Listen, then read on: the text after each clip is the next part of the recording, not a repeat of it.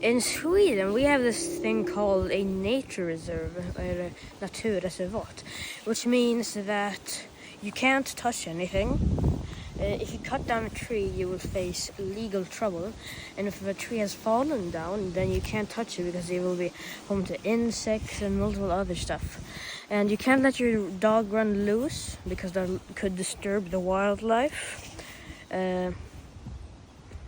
And there's many other things, like you can't have motor-operated vehicles because apparently that could disturb the wildlife, which I guess is true, but it still doesn't make me happy about that. I mean, we kind of have this in our backyard. Isn't that kind of amazing? And these relatively small patches of forest are basically everywhere. Even in this big city, Stockholm, there is tons of them. But sometimes it is just nice being able to walk out in the forest whenever you want. It's kind of beautiful.